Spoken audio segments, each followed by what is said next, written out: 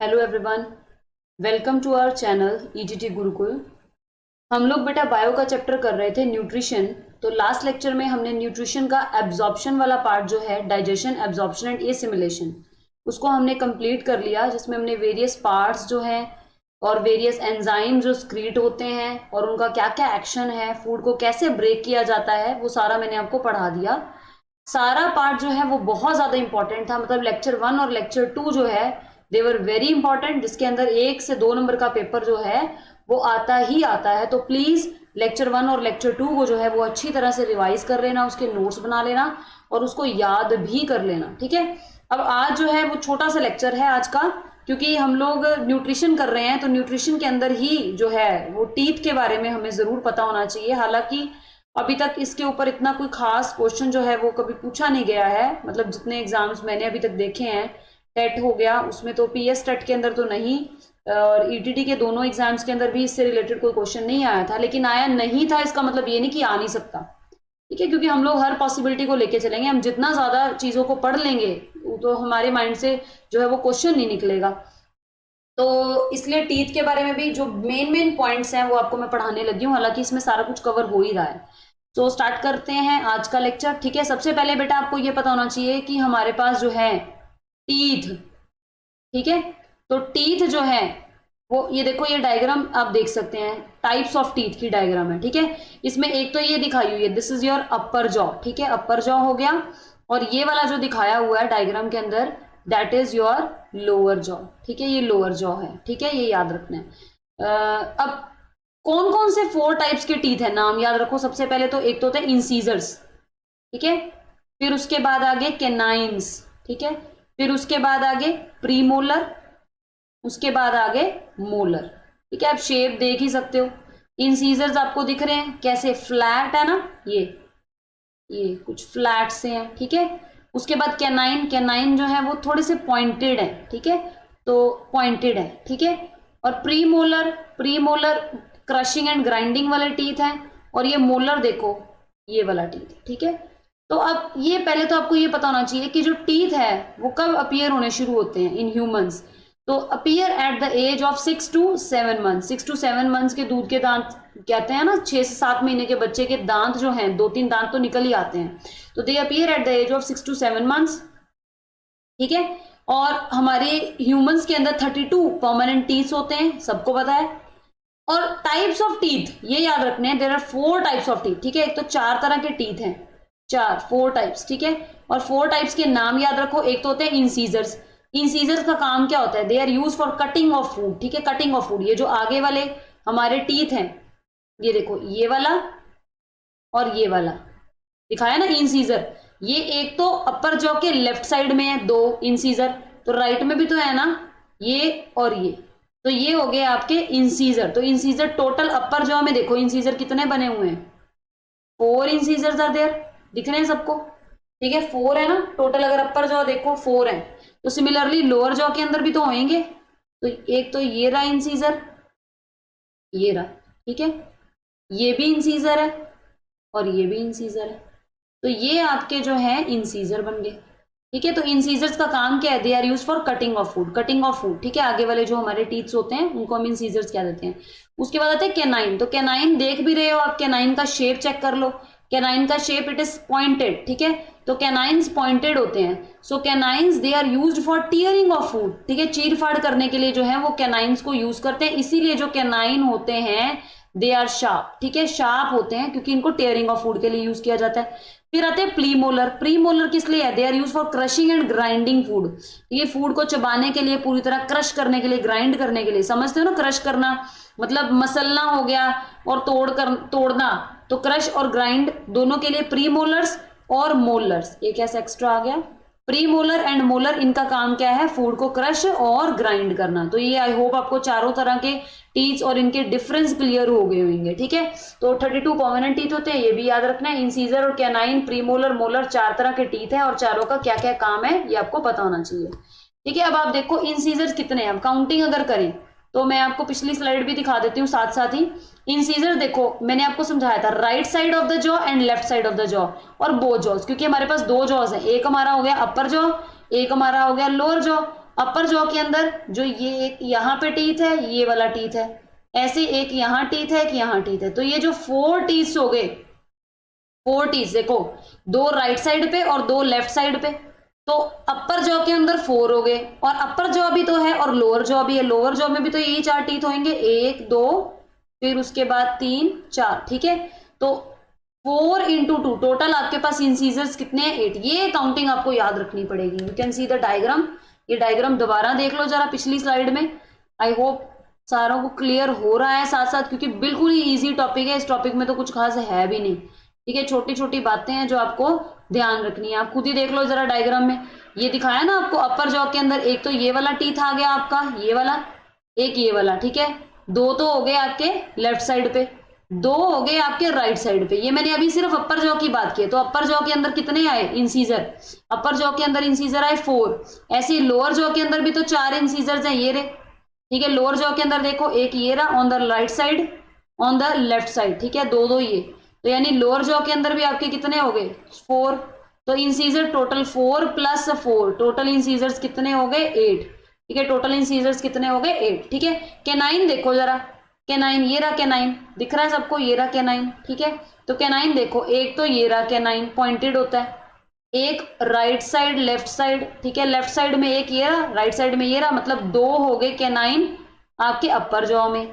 ऐसे ही 2 कैनाइन आपके किधर होंगे, एक ये रहा कैनाइन, एक ये रहा कैनाइन, 2 ही कैनाइन आपके किधर होंगे लोअर जॉ में। तो 2 प्लस 2 यानी कैनाइन टोटल कितने हो गए, अगर मैं कैनाइन की काउंटिंग करूं, टोटल कैनाइन कितने हो गए बेटा 4 हो गए, 2 अपर जॉ में 2 लोअर जॉ में। और इंसीजर्स कितने हुए 8 हुए टोटल, 4 अपर जॉ में और 4 ही लोअर जॉ के अंदर, ठीक है। तो देखो जरा इंसीजर्स देखो कितने लिखे हैं, ये मत याद करो कंफ्यूजन हो रही है तो बस ये याद रख लो, 4 ऊपर होते हैं 4 नीचे, तो टोटल कितने हो गए बेटा इंसीजर 8 हो गए, ठीक है। कैनाइन जो है 2 ऊपर होते हैं, 2 एक यहाँ पे होगा, इंसीजर पॉइंटेड है, थोड़ा सा ऐसे दिखा देती हूँ, एक इधर होगा, ठीक है। ऐसे ही 2 ऊपर बन गए, 2 नीचे बन गए, ये रे, ठीक है। तो टोटल आपके कितने कैनाइन्स हो गए 4 कैनाइन्स हो गए, जिनको यूज करते हैं हम for tearing of the food.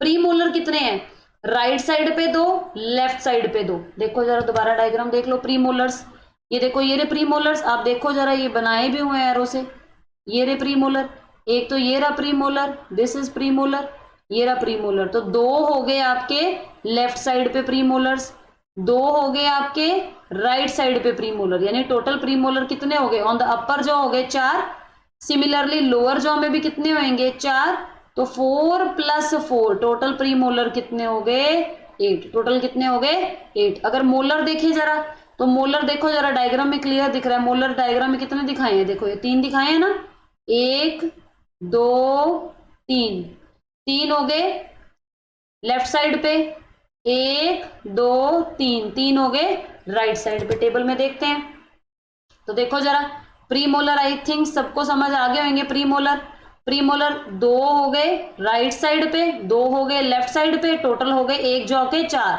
और 2 जॉज हैं तो 4 इंटू 2 8 हो गए आपके प्रीमोलर, तो टोटल प्रीमोलर 8 हो गए। मोलर अभी आपको डायग्राम में दिखाए हैं, 3 होते हैं लेफ्ट साइड पे, राइट साइड पे 3 3, मतलब 3 होंगे राइट साइड पे, 3 होंगे लेफ्ट साइड पे, तो यानी कि एक जॉ के कितने हो गए, एक जबड़े के 6 हो गए, और ऊपर भी होते हैं नीचे भी होते हैं, तो 6 इंटू 2 यानी टोटल कितने हो गए 12 हो गए। सी द डायग्राम अगेन, तो क्लियर है, ये डायग्राम दोबारा देख लो, मोलर कितने दिखाए हुए हैं, देखो दिखाए हैं ना ये 3, ठीक है, 3 लेफ्ट साइड पे हैं, 3 राइट साइड पे हैं, तो यानी कि जो मोलर है 6 हो गए एक जॉ के अंदर, 6 ही दूसरी जॉ के अंदर, तो 6 प्लस 6 टोटल कितने हो गए 12, टोटल कितने हो गए 12, क्योंकि 6 ऊपर है 6 नीचे हैं, तो टोटल आपके कितने बन गए, टोटल आपके कितने बन गए, टोटल आपके बन गए 12। समझ में आ गया, तो यानी इनको अगर आप टोटल करोगे तो यू विल फाइंड कि there are total 32 permanent teeths. I hope समझ आ गया होगा, इजी है बिल्कुल, ठीक है। उसके बाद आगे चलते हैं, ठीक है। नेक्स्ट इज जो लास्ट मोलर्स होते हैं, लास्ट मोलर्स कितने 4, क्योंकि पहले प्री मोलर है फिर मोलर, द लास्ट मोलर्स 4, ठीक है। 4 जो मोलर है कौन कौन से, ये दोबारा बता देती हूँ, लास्ट 4 मोलर्स कौन से, ये बिल्कुल लास्ट वाले, ये वाला, ये देखो 4 कौन से, एक तो आ गया अपर जॉ का लेफ्ट साइड वाला, एक आ गया लोअर जॉ का, सॉरी अपर जॉ का, अपर मीन्स ऊपर वाली जॉ। एक तो ऊपर वाले जो जॉ है, जॉ मीन्स जबड़ा, ऊपर वाले जबड़े का लेफ्ट वाला, ऊपर वाले जबड़े का राइट वाला, नीचे वाले जबड़े का जॉ का लेफ्ट वाला, और नीचे वाले जॉ का राइट वाला, यानी कि दो ऊपर वाले, आखिर वाले दो ऊपर के, और आखिर वाले बिल्कुल ही आखिर वाले, ये आखिर वाले, ठीक है, आखिर वाले ही नीचे वाले जबड़े के, यानी कि कुल कितने हो गए, चार हो गए ना। तो ये जो लास्ट के चार मोलर होते हैं, ठीक है, जो लास्ट के चार मोलर होते हैं, they appear at the age of 20, कितनी एज पे, 20 की एज के बाद जाके ये आते हैं, और इनको क्या बोलते हैं, अकल दांत। अगर आम भाषा में बोला जाए तो अकल के दांत बोलते हैं ना, 20 की उम्र में अकल के दांत आ जाते हैं, तो इन अकल के दांत को क्या बोला जाता है बेटा, विजडम टीथ। तो ये याद रखना, विजडम टीथ कितने होते हैं, पूछ सकते हैं कि विजडम टीथ कौन से होते हैं, ये भी पूछ सकते हैं। मोलर होते हैं, पहली बात तो चार होते हैं, ठीक है, और they appear at the age of 20, ठीक है। फिर एक दो तीन क्वेश्चन और हैं टीथ के रिलेटेड ही। बैक्टीरिया जो प्रेजेंट होता है इन द माउथ, ठीक है, माउथ के अंदर जो बैक्टीरिया प्रेजेंट है वो फूड के ऊपर, जब फूड पार्टिकल्स के ऊपर एक्ट करता है, जो ट्रैप होते हैं बिटवीन टीथ की, दांतों के बीच में जब फूड पार्टिकल फंस जाते हैं, उसके ऊपर बैक्टीरिया जो हैं वो अटैक करते हैं, और क्या प्रोड्यूस कर देते हैं, एसिड प्रोड्यूस करना स्टार्ट कर देते हैं माउथ के अंदर, जो कोरोड करता है किसको, अनेमल को, जो कोरोड करता है किसको, अनेमल। अनेमल समझते हो, अनेमल क्या होता है, जो सफेद, जैसे टीथ है, टीथ की जो आउटर कवरिंग होती है ना, जो व्हाइट व्हाइट कलर की आउटर कवरिंग है टीथ की, उस outer protective covering of the teeth को क्या बोलते हैं बेटा, अनेमल। क्या बोलते हैं, अनेमल, जो स्ट्रांग भी होती है। लेकिन जब बैक्टीरियाज होते हैं, जब फूड पार्टिकल हमारे दांतों के बीच में फंस जाता है, तो बैक्टीरिया जो है उस फूड के ऊपर अटैक करते हैं, और दांतों के अंदर, मतलब मुंह के अंदर एक एसिड प्रोड्यूस करते हैं, और वो एसिड क्या करता है, धीरे धीरे अनेमल यानी आउटर व्हाइट कवरिंग जो है टीथ की, उसको करोड करने लग जाता है। करोड मतलब उसमें मोरियां होनी शुरू हो जाती हैं, और क्या बननी शुरू होती है, कैविटीज। कैविटीज मतलब छोटे छोटे छेद, छोटे छोटे होल्स बनने स्टार्ट हो जाते हैं दांत के अंदर ही। एनेमल जो है काफी स्ट्रांग होती है, लेकिन धीरे धीरे वो एनेमल करोड होनी स्टार्ट होती है, और इस प्रॉब्लम को क्या बोलते हैं, केरीज। क्या बोलते हैं, केरीज। दांतों के अंदर कह सकते कीड़ा लग जाना, छोटे छोटे मोरे हो जाना, दैट मीन्स वो प्रॉब्लम क्या है, केरीज। कैविटीज जिसको हम क्या देते हैं, हम एड वगैरह देखते हैं उसमें सबने कैविटीज प्रॉब्लम जो है वो देखी हुई थी पक्का। उसके बाद प्लेक याद रख लो क्या है, plaque is a mixture of saliva, ठीक है, फूड एंड बैक्टीरिया, कि जब जो दांतों के ऊपर पीलापन आ जाता है उसको बोलते हैं प्लेक। प्लेक मतलब जो, जैसे कईयों के दांत येलोइश से होते हैं, या फिर उस पर येलो स्पॉट्स बने होते हैं टीथ के ऊपर, that yellow spots that is called as plaque. And plaque is a mixture of saliva, ठीक है, स्लाइवा, फूड एंड बैक्टीरिया इकट्ठे होकर जब दांतों के ऊपर जम जाते हैं उसको हम क्या बोलते हैं, प्लेक। और जो हार्डन्ड प्लेक होता है, एक तो होता है ब्रश करने से प्लेक उतर जाता है, जैसे हम रात को कई बार हम सोते हैं बिना ब्रश किए, ठीक है, उठते हैं तो येलो येलो से टीथ हुए होते हैं, तो दैट मीन्स देर जो है टीथ के ऊपर वो चिपक जाता है एक स्लाइवा, फूड और बैक्टीरिया का मिक्सचर, जिसको प्लेक कहते हैं। और जब यही प्लेक जो है वो सख्त हो जाता है, जम जाता है, और ब्रशिंग से नहीं रिमूव होता, फिर हमें क्या करना पड़ता है, डॉक्टर से ये प्लेक रिमूव करवाना पड़ता है मशीन्स की हेल्प से, ठीक है। तो जो ये हार्डन्ड प्लेक होता है उसको क्या बोलते हैं, टार्टार। ये भी याद रख लो, hardened plaque is called tartar, ठीक है। उसके बाद एक पॉइंट है हर्बीवोर्स और कार्निवोर्स का, छोटा सा, वो भी सुन लो, ठीक है। जो हर्बीवोर्स होते हैं, हर्बीवोर्स समझते हो, हर्बीवोर्स जो एनिमल्स क्या ईट करते हैं, ग्रास। ग्रास हो गया, वेजिटेबल होगी, मतलब जो शाकाहारी खाना खाते हैं, ठीक है, शाकाहारी, उनको बोलते हैं हम हर्बीवोर्स। जैसे काऊ होगी, गॉट होगी, ठीक है। ह्यूमंस में कुछ ह्यूमंस होते हैं हर्बीवोर्स, कुछ नहीं भी होते। कार्निवोर्स होते हैं जो फ्लैश पे जीते हैं, जैसे लॉयन, टाइगर, ये सारे सिर्फ और सिर्फ फ्लैश पे जीते हैं, ठीक है, मांस के ऊपर। फ्लैश समझते हो, फ्लैश लिख दिया, फ्लैश, फ्लैश के ऊपर जीते हैं, ठीक है, मांस वगैरह के ऊपर, ठीक है, मांस खाते हैं, मीट खाते हैं, उनको कार्य, जैसे कि लॉयन हो गया, चीता हो गया, ये सारे। तो जो हर्बीवोर्स होते हैं जिन्होंने घास फूस ही खानी है, they have well developed incisors, उनके इंसीजर्स वेल डेवलप्ड होते हैं। इंसीजर्स मतलब आगे वाले दांत, समझते हो ना, इंसीजर्स। इंसीजर्स ये वाले आगे, ये दो लेफ्ट साइड पे, दो राइट साइड पे, जिससे हमने काटना है किसी चीज को। उनके प्री मोलर और मोलर, क्योंकि जो क्रशिंग और ग्राइंडिंग के लिए यूज होते हैं, वो स्ट्रांग भी होते हैं और फ्लैट भी होते हैं। जो कार्निवोर्स है, कार्निवोर शेर देखा ना, शेर के ऐसे दो दांत ऐसे तिखे से होते हैं ना, शेर के दो दांत ऐसे ऐसे दो दांत बाहर की तरफ ही होते हैं। तो जनी जो कार्निवोर्स होते हैं, जो फ्लैश ईटिंग एनिमल्स होते हैं, मांस खाते हैं, उनको क्या करना पड़ता है, मांस को चीर फाड़ करनी पड़ती है। तो दे हैव सीसल, सीसल ये ऐसे तिखे नुकीले, they have chisel shaped incisors, उनके सीजल शेप्ड इन सीजर्स होते हैं। और उनके कैनाइंस कैसे होते हैं, कैनाइंस नुकीले, ये कैनाइंस बनाए हैं मैंने। उनके जो कैनाइंस होते हैं, दो दो दांत ऐसे बाहर होते हैं ना, they canines are long and pointed. ठीक है, तो ये आप याद रखेंगे। ठीक है, हालांकि इतना इंपॉर्टेंट भी नहीं है, बट थोड़ा सा दिमाग में रख लेना अगर कुछ भी इससे रिलेटेड पूछते हैं। तो टीथ के बारे में मैं आपको एक बारी ब्रीफली बता दिया है, इतना ही है, इतना ही करना है आपको टीथ का, इससे बाहर कुछ भी नहीं पढ़ने की जरूरत है। इतना भी याद कर लो तो मोर देन इनफ है। ये इसलिए करवा रही हूँ बेटा क्योंकि ये जो है न्यूट्रिशन का चैप्टर है, जो एब्जॉर्प्शन, एसिमिलेशन, डाइजेशन वाला जो आपका ये चैप्टर बना हुआ है, 7th क्लास के अंदर भी है। फिर उसका कंटेंट जो है वो 9th क्लास 10th क्लास के अंदर थोड़ा और एक्सपैंड होके आता है। तो जितना आपको पढ़ा रही हूँ, ये ना सोचना कि चैप्टर आप खोल के बैठ जाओ और ढूंढने लग जाओ कि अभी इस चैप्टर का नाम नहीं है, या ये टीथ के बारे में तो कुछ लिखा ही नहीं। बेटा सिलेबस में सिर्फ और सिर्फ चैप्टर नेम है, उस चैप्टर के अंदर डिटेलिंग में चले जाओ ना तो चैप्टर के अंदर बहुत कुछ है।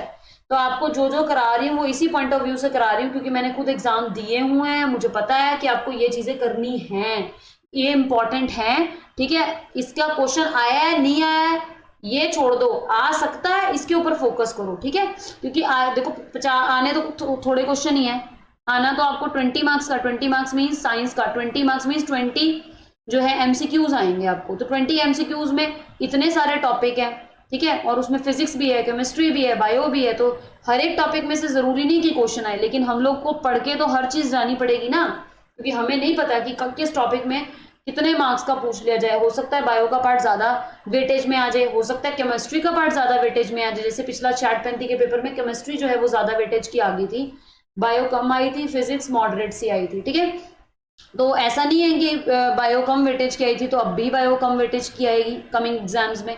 तो आपको जो है वो सारी पॉसिबिलिटीज को लेके चलना है, जितना जितना आपको काम कराया जा रहा है उसको साथ साथ करते जाओ। इस चैनल का ये फायदा है कि ये चैनल जो है अभी स्टार्ट हुआ है, धीरे धीरे हम इसमें कंटेंट डालते जाएंगे। ठीक है, कंटेंट जो है उसका अमाउंट धीरे धीरे बढ़ता जाएगा।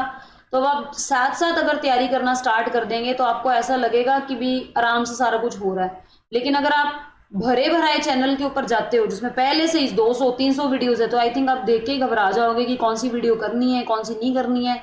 और जो है अदर चैनल्स की अगर मैं बात करूं, उनका फोकस सिर्फ और सिर्फ ईटीटी पे नहीं होगा, ईटीटी के साथ और बहुत सारे कॉम्पिटिटिव एग्जाम जो है उनकी तैयारी भी साइमल्टेनियसली चल रही होगी। क्योंकि जो चैनल खोलता है वो बेसिकली इस पर्पज से खोलता है कि उसको मार्केट बनानी है अपनी, है ना। लेकिन हम लोगों ने मार्केट को जो है वो फोकस नहीं किया है, हमने सिर्फ फोकस किया हुआ है कि आपको सिर्फ एक पेपर की तैयारी पहले कराई जाए, उस एक पेपर की तैयारी में आपको एक्सपर्ट किया जाए, फिर स्विच किया जाए to some another new thing. ठीक है, जब हमारा इसका कंप्लीट हो जाएगा तभी हम किसी नए के बारे में सोचेंगे, अभी तो हम कुछ सोच ही नहीं रहे हैं। सिर्फ और सिर्फ हमारा फोकस ईटीटी स्टूडेंट्स के ऊपर है क्योंकि ईटीटी की जॉब्स आने वाली हैं और ये पेपर में काफी मात्रा में जो है वो स्टूडेंट जो है वो जो है फॉर्म्स फिल करेंगे और एक अच्छा ऑप्शन है। ठीक है, तो इसको आप ग्रैब करो, पढ़ो। ठीक है, टाइम निकालो, अगर वर्किंग हो, जॉब कर रहे हो, फैमिली है, तो उसके साथ साथ भी आपको अपना टाइम जो है पढ़ाई का मैनेज करना ही पड़ेगा, इसके अलावा आपके पास ऑप्शन नहीं है। एंड प्लीज ये चैनल को जो है ज्यादा लोगों को शेयर करो, क्योंकि उसका रीजन ये है, अगर आप अपने तक ही सीमित रखोगे तो हम मोटिवेटेड फील नहीं करेंगे। जितने ज्यादा लाइक्स या व्यूज आएंगे, जितने कमेंट्स आएंगे, उतना हम लोगों को मोटिवेशन मिलेगा कि हम और ज्यादा एफर्ट करें, और ज्यादा क्वेश्चन बैंक बनाएं और आपको मटेरियल जो है ज्यादा से ज्यादा प्रोवाइड करें कम टाइम के अंदर ही। ठीक है, तो सॉरी वीडियो लेट होने की वजह से, कुछ जरूरी काम आ गया था 2-3 दिन, इसलिए वीडियो लेट हो गई है। लेकिन जो है जो 2-3 दिन का गैप है उसको कवर कर दिया जाएगा जल्दी से जल्दी ही। ठीक है, ज्यादा वीडियोस डाल के। तो प्लीज जो है अपने और दोस्तों को भी चैनल का जो लिंक है, वीडियोस का लिंक है, वो शेयर करो और लाइक करो, सब्सक्राइब करो चैनल को। Thank you so much. मिलते हैं हम अपने अगले लेक्चर के अंदर and good bye everyone and have a nice day. Thank you.